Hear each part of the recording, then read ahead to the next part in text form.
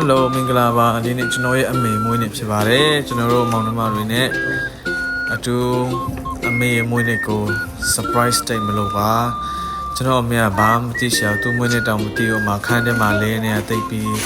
နေမကောင်းတော့ဘောနော်အမ surprise တိတ်မလို့အမ birthday cake လေးမှာပြီးတော့မှတိတ်လေးသူအခန်းထဲမှာမောင်နှမတွေမှာတိတ်လေးနဲ့ပြင်ဆင်နေကြတာပြီးတော့ဒီ cake ခွဲပြီးတော့ပြီးဆိုရင်ကျွန်တော်တို့ဒီ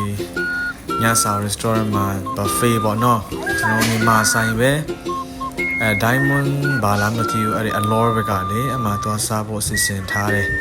အမေတော့အတိမပေးဘူးအမေကတော့ဘာမှမသိရှာဘူး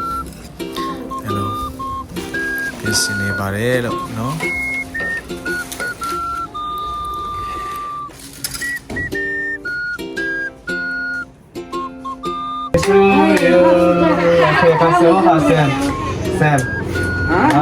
အမေဒီထက်မှာကကျမ်းမာချမ်းသာပါစေမွေးနေ့ပျော်ရွှင်ပါစေလို့ကျွန်တော်တို့ဆုတောင်းပေးပါတယ် We love you mom